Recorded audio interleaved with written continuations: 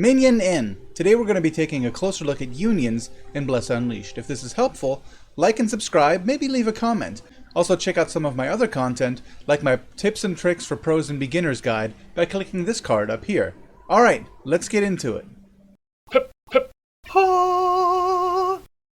Wink. Unions. Essentially they are NPC factions that you can do quests for and eventually join for various benefits. They each even have their own unique storyline with quests to do. The world Lumios has 3 unique unions, each with their own goals and motivations. These are the Sentinels. These guys are the self-proclaimed protectors of Lumios, a kind of paladin guard, if you will. Once a part of the world's core religious body, the Phasera Order, they broke off over philosophical differences. They promote a strong code of justice, solidarity, and defending the weak. Their leader, Captain Orden, described them once as a kind of volunteer fire brigade, with the fire being hordes of monsters and undead eating away at what is safe in the world. The Artisans. When the Ippen crash-landed on Lumios in their airship, and I know this because I actually read the letters my character picks up, they quickly found themselves surrounded by other races that are bigger, stronger, and more magically adept than them.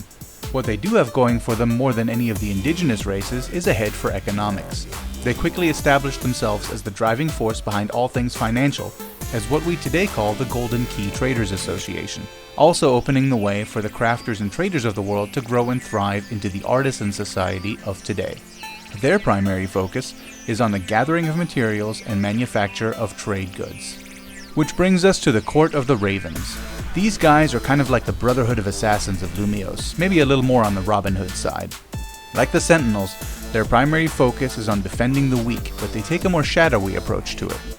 Where the Sentinels take their place on the front line of monster incursions, the court also seeks enemies in the establishment, seeking out justice for the downtrodden and underprivileged. They also hire themselves out as mercenaries, assassins, and bounty hunters. Giving to the poor doesn't pay the bills after all. From a player perspective, each union comes with its own special advantages. I recommend choosing a union that best represents aspects of the game you tend to focus on the most. The focus of the Sentinels, for example, is PvE, or Player versus Environment. They grant members with the skill Divine Intervention, which allows you to sacrifice half of your character's health to rescue all allies in range that have been defeated and are near death. Since the Artisan Society is focused almost exclusively on crafting and gathering, members receive the skill Artful Disguise, which allows you to transform your character into an inconspicuous object that blends in with your environment. As it stands, this is the game's only real stealth ability.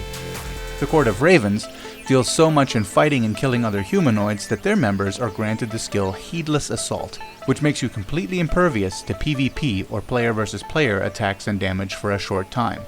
While this skill is active, any damage you do to other players will also heal your character. You activate a union skill by pressing the RB and LB buttons at the same time. While each union comes with its own storyline quests, which you are automatically introduced to as you follow the game's campaign quest line, there are also union message boards scattered across the realm, providing additional daily quests that give both normal and union XP as well as other rewards. If you're trying to catch up to higher level friends, asking them to run you through some of the more difficult union quests can yield substantial rewards to both your level and gear score. Now that you know about union skills, you'll undoubtedly want to know, Minion, how can I join one of these fabulous establishments? Well, like I said, following the main campaign quest line gets you started. More specifically, this begins with the quest An Ippen in Need in the Null Wastes, which introduces you to the Artisan Society. Later, as you follow the main story into Tristeza, you'll meet your first representative of the Sentinels. Once you have established your presence in Tristeza, it's time to meet King Julian. Not that one. Julian, the King of the Ravens. They also will ask for your help and give you the opportunity to prove yourself to them. I strongly recommend completing each union's introductory quest line, as the XP rewards are definitely worth it. If you're worried the Court of Ravens will ask you to PvP and that's not your thing, rest assured that they will not demand this of you at this stage in the game. At this point, you won't have to commit to a single union. Play the field for a while. It is also worth noting that the Court of Ravens and Artisan Society are much easier to join, as the Sentinels require you to be at least level 24. The other two aren't as picky and are happy to take you in when you naturally reach that part in your story progression at around level 20. Once you've completed a union's introduction quest, you will be asked to introduce yourself at their headquarters in the city of Sperios. the Sentinels in the Center Square, Artisan Society in the Industrial District, and the Court of Ravens in the slums. After asking you to complete some more tasks, they will refer you to the Union Crier, where you can decide on which union to join. Don't worry, your choice is not set in stone. At any time, you may leave a union to join a different one. If you regret that choice, you can always rejoin a union you have left in the past. They won't hold it against you, but you will have to repeat the initiation quests again. This is pretty cool. Each union has its own statue. As a member, you can visit your union statue once a day to receive a random buff unique to your union. Look for it in the union headquarters. Yet another benefit are the union's own rep vendors, formerly named Union Specialty Merchants, which offer a variety of items you can't get anywhere else. But wait! There's more! Unions allow you to equip union traits. These can be purchased using union credits, the currency you get for completing union quests.